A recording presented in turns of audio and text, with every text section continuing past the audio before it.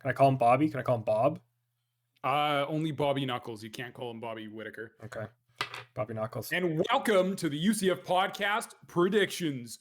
We're doing our picks for fight night: Robert Whittaker versus Ikram Aliskerov. The weekly humiliation ritual where I pick incorrectly.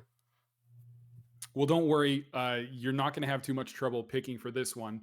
That is, if you combine the number of Islamic fighters with the fact that this is a Saudi Arabia card, and then start to look at who the favorites are. You're going to start putting some pieces together. Now, at the top of the bill, the main event, Robert Whittaker versus Ikram Aliskerov. This fight breaks my heart because I'm gonna say it right off the bat. I'm picking Ikram. Robert Whittaker is one of my favorite fighters ever. He is always going to be in the conversation for the best middleweight of all time. The only guy who's really beat him at middleweight was Israel Adesanya, up until he took that loss to Dricus du Plessis as well. And that's why I'm picking Ikram. Robert Whittaker was able to deal with like a Paulo Costa. And that was his last win, was against Paulo Costa. We saw Costa fight Sean Strickland a few weekends ago. Costa has not looked great in a long time. And before that, he was knocked out by Dricus du Plessis. Ikram Aliskerov's only loss on his entire record is a KO loss to Chimaev, who is the guy who was originally booked to fight Robert Whittaker. Now, ironically, if it was Chimaev against Whittaker, I'd probably pick Whittaker. But I've gone and watched the tape on Ikram. This guy is a wrecking ball. His wrestling is powerful and aggressive. His primary takedown is via slam. He has a whole bunch of knockouts. He is a freight train coming at you. Now, Robert Whittaker has dealt with fighters like this before. Don't come at me with Yoel Romero, because the two Yoel Romero fights took a lot out of him. And then he lost the belt to Izzy. Then he had to go fight guys like Jared Cannonier. He had to, and he picks up wins over a whole bunch of these other middleweights. He gets the second title shot against Izzy. Close fight, but he still loses. Goes back to the drawing board, keeps picking up wins. Gets that KO loss to DDP. And now he's back in the win column. Robert Whittaker just has more miles on him than I think any fighter in the UFC, except maybe Volkanovski. He's had the most insane career, but if I'm being serious about picking this fight, I don't think he's going to have it to stop Ikram. I think he's getting a little bit too old, and he's seen one too many wars. Damn. I honestly kind of thought you were going to pick Whittaker. Yeah. Aliskerov does seem pretty impressive. He's relatively new to the UFC, but I was looking into him, and apparently he's has won the world championship in Sambo, which is definitely nothing to sneeze at. So yeah, that's going to be won every single title in combat Sambo. So, I mean, this is a guy who's obviously going to be dangerous. Sambo, that combination of wrestling and striking that Sambo is kind of known for, it obviously translates very well to the UFC. I'm going to guess this guy's probably has some good training in that regard, given that he's, from Russia, where Sambo is originated and is very popular. I don't know. I just thought that maybe Whittaker, he's got a little more experience. He does deal with guys. He's dealt with guys like Aliskerov before. And it just seems like Aliskerov, if he can't knock him out in that first round, I don't know if that knockout's going to happen. And obviously I see your point, and it's not unreasonable that maybe this is he's a little too old. He's got a little too much mileage, and this is sort of the fight that finally takes his head off. But I don't know. I think I believe. I'm going to pick Whittaker. You're not alone. The current odds have Whittaker as the mild favorite. Odds. Go look at the specific odds, though. No. Okay. Well, sorry. Never mind. End the podcast. Turn it off. Wow. Bye. Listen. We love women. Cut it. Shut the fuck up. Oh. Robert Whittaker, I've said it already. He's actually like top 3 favorite fighters of all time. He's been in so many amazing fights. Like, this hurts, man. I really hope he wins. It's just they're headlining him on a Saudi Arabia card. against a new up and coming killer from Yeah, and you Dagestan. could tell that's what they're doing, like for sure. This is just like they're feeding Ikram a guy, and it's in the Saudi Arabia card and stuff. But I don't know, man. Come on, doesn't mean that doesn't mean he's But no, definitely no, no. doomed. Like that's not even like the all of it. Because Whittaker was supposed to be fighting Hamzat Chimaev, who's the guy who during COVID really blew up because he fought a whole bunch, and he's just been really inconsistent since then. Um, he had to pull out of this fight. So Ikram is also a last minute replacement for Robert. Like this is just a bad combination, man. Robert's gonna But win. I Last minute fuck, replacement. I really He hope hasn't so. looked at But any tapes. He doesn't even know. He doesn't even know what this guy does. He's gonna go in there and think that he's like a Taekwondo fighter or something. I don't even know who you're Please referring to laugh. at this point. I'm But saying Aliskerov's gonna go in there. Maybe not know.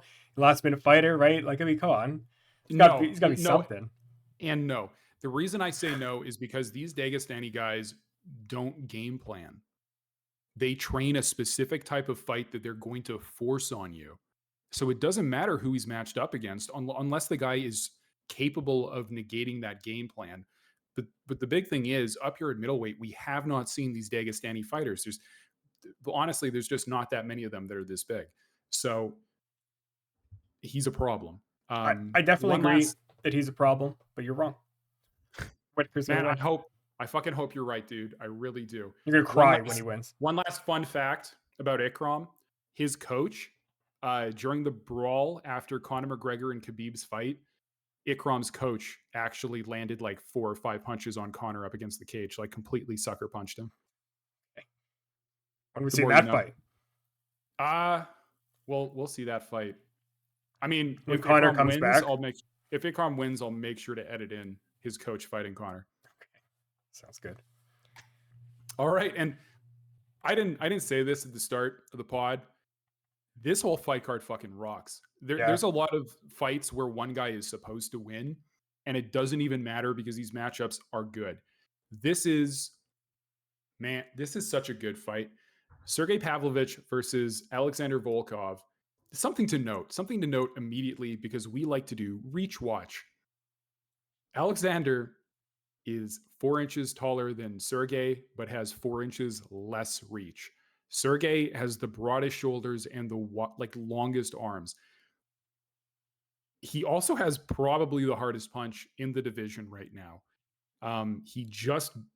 He got tagged and he got pretty much immediately blown out of the water by the current heavyweight champion, our English dude, who's waiting for John Jones to finish fucking around and get out of the division.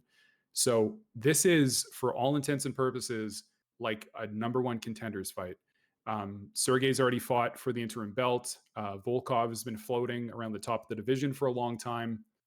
The difference is, if you look at those records, Volkov has been fighting for a long time. The other big thing is that Sergey is fast and accurate, and Volkov is like plodding and slow. He hits with a lot of power when he does, but his best shots are not punches, they're knees and kicks. And Sergey can, realistically, the way I see this going is Sergey gets to wade into range and unload just haymakers on Volkov because it's what Sergey's good at. And the reason that works and why he's not just another like brainless power puncher at heavyweight is because Sergey's accurate. Just about everything he throws, he lands. Like if you watch him knocking out Derek Lewis or any of these other guys that he got matched up against, I think he might have fucked up Curtis Blades too. Like he was just running through the division. He got the record for the most first round knockouts in UFC history. I'm picking Sergey. Yeah, no, I could definitely see Sergey being probably the right pick. That's probably who I'm going to go with as well. But I'm going to go with Sergey personally. Yeah, no, pretty safe pick on You that. You can tell we're going to pick the same guy. When I'm like, what if there's anything that you could do? Yeah, I mean, there are things that Volkov could do. He has a really good front kick. He hurt Derek Lewis with it quite a few times. His knees are powerful. He has good straight punches. It's just he's slow and he's getting older, and Sergey is not slow. So and he's not getting older. It's like Benjamin Button shit going on. absolutely. I don't know if that's allowed in the UFC, but Yeah, that's our pick for our all Russian co-main event. Before that, Which of them is oh the my most? God, can you believe they still have Kelvin Gastelum in the UFC? And can you believe I'm gonna pick him? Okay, you're gonna have to elaborate. So Kelvin Gastelum originally fought in the UFC at 170 pounds, and he was originally on the Ultimate Fighter, and I believe he beat Uriah Hall for that season of the Ultimate Fighter. He has had title shots at middleweight. He spent a lot of time up at middleweight because he kind of just got lazy and quit cutting weight. He's 5'9" and was fighting all those like 6 foot whatever dudes at middleweight. Eventually, he gave up on that. He's come back down to welterweight. He just hasn't seen the success that he had in the Israel Adesanya fight ever since. He put on one of the best fights in the UFC, and it's just never been the same since. Would you believe that Kelvin Gastelum had a more competitive fight with Israel Adesanya than Robert Whittaker? How like he was head kicking How, 6'4" Israel Adesanya in the head. Just the strangest, like he turned up to seriously fight that day moment. He's fighting Daniel Rodriguez, who is like he has some wrestling he and is. he has a good jab and a good straight, and sometimes he puts those together into good 1-2. Kelvin Gastelum's best shot has always been a good 1-2. I'm picking Kelvin Gastelum because Daniel Rodriguez is good, but he has never looked really good. And Kelvin Gastelum, I mean, if he's still doing this, man, I know he's 18-9, but every once in a while he just shows up. He has so many tricks up his sleeve. He does have good hands. He does have a good chin. Like Cannonier was cracking him when he was up at middleweight and he didn't get knocked out. So I am going to pick Kelvin Gastelum. I believe he is the underdog here. So, oh no, No, he he's is the not. favorite. Wow, wow, they're picking Gastelum. Wowie. That's interesting. Yeah, I think that it's one of those cases as well where you've got a little bit of an age differential. Gastelum's 32 and Rodriguez is 37. That's probably factored into some betting decisions right now, if I had to guess. It usually does. But at the same time, I mean, Gastelum is shorter. He's 5'9". Got a noticeable amount less reach, 71.5 to 74. Uh, I don't know. Usually I listen to you and then I'm wrong. I kind of do feel like Rodriguez could pull it off, but I am myself a little bit worried about, his age and how long he's been in the UFC. It's been about 4 years now, and how he hasn't really had a huge amount of success. He's kind of just one of those like wins some, lose some guys. I don't know. You know what? I'm gonna go with Rodriguez just to spice things up. Hey, got to take an underdog sometimes, right? Yeah, All right. And right, like, I don't know if you guys are noticing, but we have things to say about all these fights because they don't suck. because It they've is fought before. well, Those past 2 weeks where it's like this guy's fought one time in 2022. well, exactly right. But the other thing too is in Saudi Arabia, I guess they actually have to put on a good fight card. They can't just put on Yeah, whoever all from the Dana White's Saudi Contender princes and Series. stuff. Like, gotta They be want a entertaining. real show, Now, before Kelvin Gastelum's fight, we have I really shouldn't say this, but I am going to say this. Shara Magomedov, with his lazy eye, looks like the most inbred Dagestani fighter. He has red hair. He's very different from the rest of those dudes, And he's still 12-0, and he's still a monster. He's up at middleweight too, actually. So maybe, oh man, they should have him fight Ikram sometime. But right now, they're having him fight Jolton Luderbach. Who is Jolton Luderbach? Great A question. mystery man. A mystery man with a long record and no UFC history. I mean, that's a lot of first round finishes if that is correct. But well, who is he? Why is he completely mysterious? Yeah, I'll have to check that out. So apparently, because I just looked him up on DuckDuckGo to see who this band was, and apparently he's out. He's already out. Luderbach is out, and Magomedov is going to face Trocoli at UFC Saudi Arabia. This apparently was just posted 35 minutes ago. Damn, well, you heard it here first. I'm still picking Shara. I don't think they're going to find a guy to beat him after their Yeah, dude they already does picked does pulled out. Tricoli sound right? Well, I didn't pull out. Allegedly, he's out of the fight because of a substance found in my urine. In your urine. Yeah, my urine. I don't know why they're testing my urine, but if you guys didn't know this, I actually send my urine to Dana White every week. But no, apparently he You have is. to. He posted Luderback posted on his Instagram story that he tested positive for a banned substance, so he's out. I don't know who Tricoli is. We know him even less now. It's so mysterious. Yeah, I'm still picking Shara. Shara versus whoever they match him up against. Yeah, Antonio Tricoli. That's the thing. With 3 days notice, yeah, I mean, I feel like you kind of have to pick Shara at that point. Absolutely. And starting off our main card is another good fight. This one may not be great skill wise, but it's going to be entertaining. Johnny Walker is really the human meme in the UFC. There's been a few guys who have maybe had claim to that title, but Johnny Walker is the guy.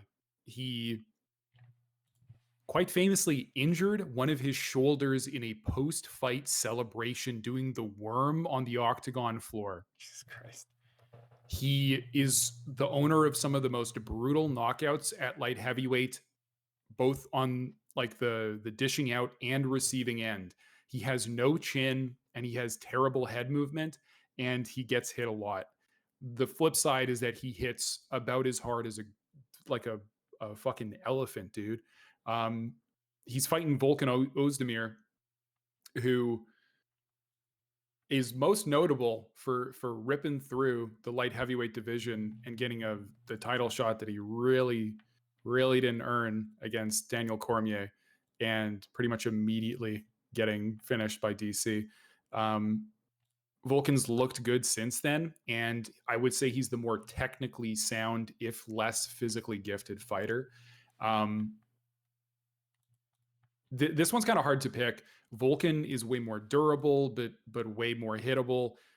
Even though I think his defense is probably better, he's just a shorter, less long guy. Yeah. So he's not always going to be able to dictate when those engagements are happening and how. Walker, I don't know. Walker's such a wild card. He trains at Conor McGregor's gym. He's with SBG Ireland. He hasn't looked better for going there. I really don't know what type of Johnny Walker is going to show up. But Volkan Ozdemir is going to show up and try to win. And if he realizes he's not going to win on the feet, he will try to grapple. So I'm going to take Volkan in this one. Johnny Walker just gets knocked out in the goofiest ways. So I do not see him winning this. Yeah, this is kind of a tough one to pick. I don't know. I do put some credence to the fact that he's got more reach. Reach watch is always on here. He's a little bit taller, but I don't know. I heard your fucking anecdote about the goddamn worm thing, and I'm just like, I was gonna pick Walker, now I don't want to. That's the stupidest thing I've heard in my entire life. So I'm gonna go completely just on vibes with Vulcan. Hey, fair enough, right? And I mean, we could very well be wrong. I could see Walker winning, but I don't know. Absolutely, but to pick based on intelligent knowledge of the sport for a Johnny Walker fight may in fact be detrimental. So going off of vibes, completely reasonable. Yeah. And now we're getting into our prelims. Let's go. Nasrat Haqparast versus Jared Gordon. Jared Gordon's the best fight that he's had recently is a fight that the judges gave to the other guy. Paddy Pimblett, quite notably, did not win that fight, but got it on the judges' scorecards. Jared Gordon did not get that one back. Doesn't get to fight Paddy again. Sorry. I think I've actually seen Gordon lose since that fight. And Nasrat Haqparast is inconsistently really powerful. Sometimes he shows up and he puts guys away in the first round. Sometimes he shows up and can't get anything going. Very, very much a hit or miss fighter. Jared Gordon is not. He is very much like a rough and tough, sort of scrappy fighter. Strong combinations, good grappling. The problem is just like his physical gifts let him down. He is not as athletic as Haqparast, and he is so sadly. Well, I mean, like You They see a guy like let Jared him Gordon, down. who is like a legitimate he's a legitimate fighter. You know, he has his game well rounded. He does a lot of stuff right, and then he just gets hit by guys who are way too fast for him, and there's like nothing he can do. Or he runs into some physical freak who can just like bulldoze through him. Hawkcross isn't that physical freak, but I think he is a lot faster, and I think he's got more pop in his punches. So I'm going to pick Nazrat for this one. Yeah, I mean, maybe Gordon has a chance trying to do a little bit of grappling, a little bit of wrestling, but even in that situation, he doesn't seem like he's like that good at it. It seems just more like a little like option thing he could use occasionally, but it doesn't seem like he really uses it that effectively when he does use it, right? He doesn't have that many submissions. Um, his best bet is going to get him to use it maybe to tire out Hack Prast or get some strikes in or something like that. I don't know. Try to do a takedown to win a round that he's losing. I feel like you got to go with Hack Prast in this one. Maybe I'm a little too confident on that, but I feel like he's probably gonna take it out. Gordon doesn't have anything that really impresses me. Yep. If Gordon does win, it'll be probably through some dirty boxing. That would be my guess. But yeah, picking Hawk Pras. And before that, Oh baby, we're going to Central Asia, Tajikistan. We have Tajikistan. Mohamed Naimov Okay, versus Felipe Lima. literally click on Felipe Lima on the UFC website and I tell know me there's if nothing. there's any words. They have literally nothing. I know. I looked ahead of time. This is another guy who's being brought in to showcase a new Muslim fighter for the Saudi Arabia card. Yeah, and here's the thing. Do you think, because apparently it's all just visa issues, like you look up these guys' names and it's like it's just visa issue requires changes. Like why? Like in Saudi Arabia, don't you think they would have streamlined this? I understand Saudi Arabia has like visa requirements and stuff, but don't I think UFC would somehow be able to help these guys so we don't have to get like literally the most mysterious man? They don't even have the locked character image for him. It's just some guy named Felipe Lima, some guy they just found in like a Brazilian side street. I don't know. Strange. The visa stuff is just beyond the help of any corporation thus far that I've seen. All throughout COVID, visa issues like stopped dudes' careers. There were guys out in Australia, New Zealand, the United Kingdom, France. They just had to like give up on 2 years of their career because of visa issues.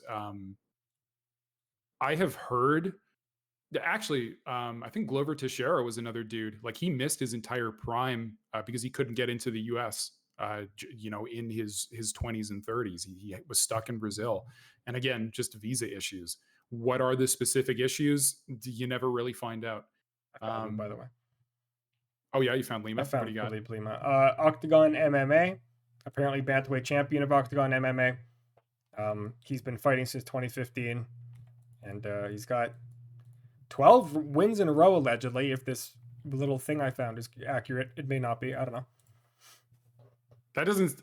They're showing his record is 8-2. Yeah. I'll tell you something though. You told me bantamweight champion, and they're matching him up against a featherweight. Yeah. 10 pounds heavier than he would normally fight. So picking Mohamed Naimov. Gonna have to make a pretty. I was gonna pick him anyway, right? Central Asia boys, but yeah, Naimov's probably gonna win this one. I mean, he doesn't have very much notice, and he just kind of looks like a little guy. You look at his picture. Put his picture up, Francis. You'll have it. You'll have it. Felipe Lima? Yeah, Felipe Lima did. No, yeah, Muhammad's looking kind of ripped, honestly, dude. He's looking kind of huge. That's the light of Allah. Clearly.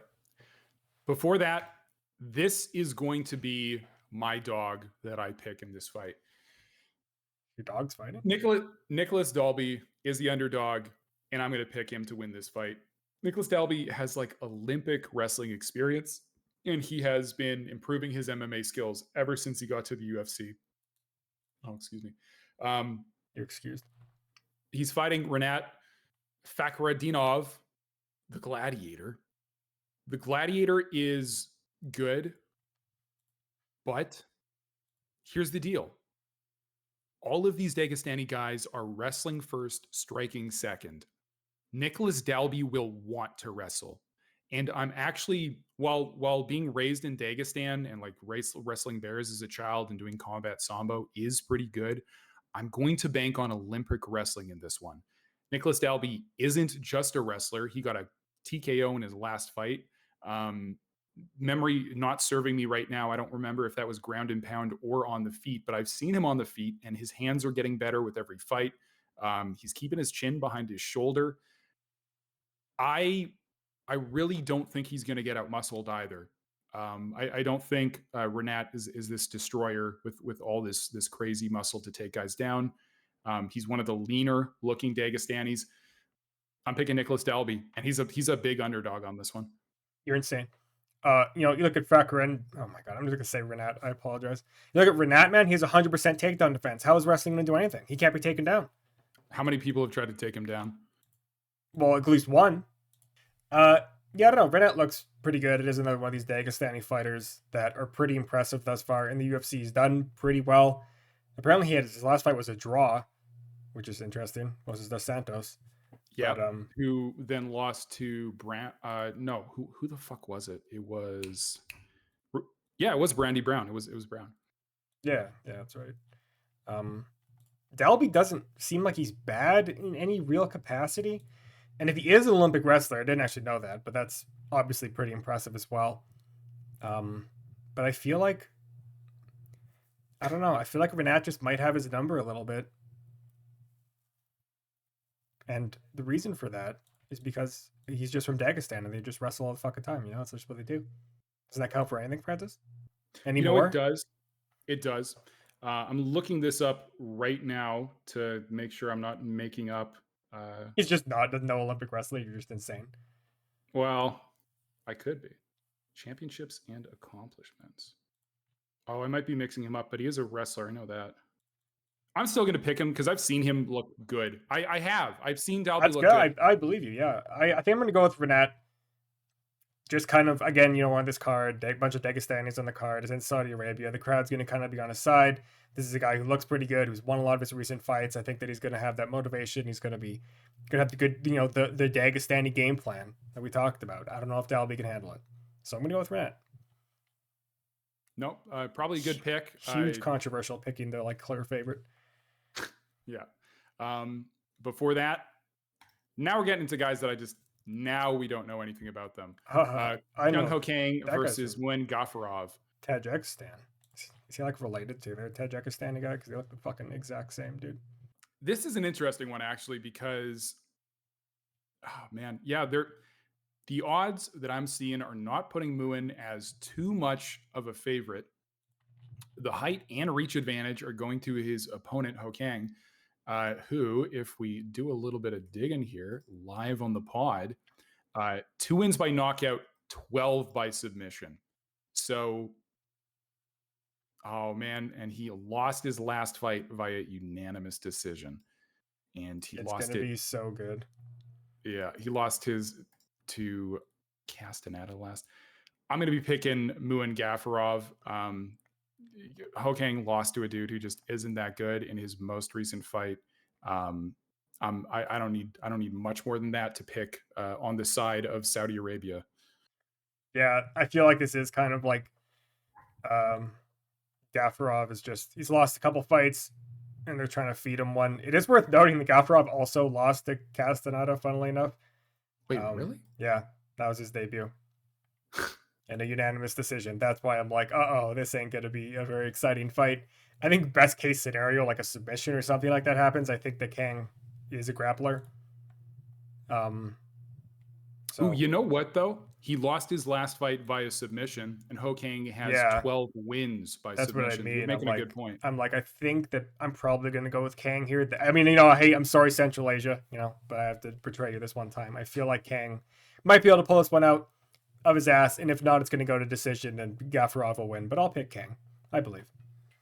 Man, we're splitting. I know we're splitting a lot here, man. What's going on? That's crazy, dude. Wow, it's almost like there's different ways these fights could go. Yeah. Before that, we have Magomed Godziasulov versus Brendan Ribeiro. I'm pretty sure I know Brendan Ribeiro. Hold up, let's check his record. You guys went to high school together? I wonder how many of these odds are slanted because the Saudi Arabians are all just betting for the fucking Muslim guys. So Ribeiro's only UFC fight is a KO loss. And he is taking on Magomed Godziasulov, who has hidden his reach and leg reach from us. We don't get to know that right now. What the fuck? He's This is getting his arm extensions. this is his UFC debut. Um, Man, light heavyweight as well. These guys are both unknowns for me in a good couple of ways. What is that flag? Where's this dude Oh, from? that's Bahrain. They're Bahrain. Wow, Yeah. It's they cool. are. I mean, I think he's from Dagestan, but he's just fighting out of Bahrain, I think. Oh yeah, he has 5 wins by knockout, 1 by submission, and 6 first-round finishes. 0-inch reach, though. It's not big. How can he win? Well, he's going to have to get close. No, this is such an interesting situation because I look at Brenson Ribeiro and I think you probably could get a knockout. You're from Brazil. You have like the, very wide shoulders. I'm sure he's a power puncher, but KO loss in his UFC debut, being fed to a Magomed on a Saudi Arabia card. It's tough. And he's, man, You would heavy think favorite that the too. organizers would be like that's why they're doing it. The organizers are like, yeah, have a prelim that we just feed kind of to the Saudi Arabia crowd. I'm probably going to go with Magomed. Just on that alone, I feel like they're sitting there looking at the stats of the UFC offices and being like, yeah, he'll probably win. Feed him this guy. Yeah, absolutely. I'm going to pick with you. We're going for Magomedov. It's just Magomed. And then our first prelim, we have Zhao Long versus Cheng Ho Lee. These are 2 dudes who just didn't want to take the full flight to North America, so they're only going to Saudi Arabia. China versus South Korea. We have a bantamweight bout. They are both of these guys debuting. Sorry? They're both debuting in this fight. Yeah, they're both debuting. Quick check here. 5 wins by knockout going for Cheng Ho Lee. 4 for Zhao Long. 9 by submission. Not bad. This is another one of those ones where it's like, what is going on in China? Because Zhao Long has like 26 wins, 7 losses. Lee's 9-1, which is just like, man, like what is Long doing? What's he been up to?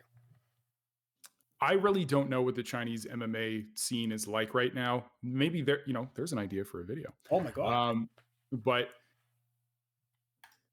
just going purely off of vibes, as sometimes you have to. I'm going to be picking Cheng Ho Lee. Off vibes, I'm going to go with Long. Hey, and sometimes you got to. Yeah, I mean, what else are we supposed to say about these guys? I don't know. We'll know after the fact. So meet us in the post-fight video where we talk about how right I was. Absolutely. Join us next week after the fights as we break them down as only we can. You got our picks. We're going to find out which one of us knows what we're talking about and which one of us felt the vibes better. No women. Today. No women on this card. So I'm not going to watch it. I'm protesting it. We know where it's being held, don't we? Yeah, that's what? That's what it is, isn't it? I didn't even think of that. That's totally what it is, isn't it? Yeah, 100%. Terrible. Boo. Because you know what, Francis? Why do we not like that? What's our problem with that?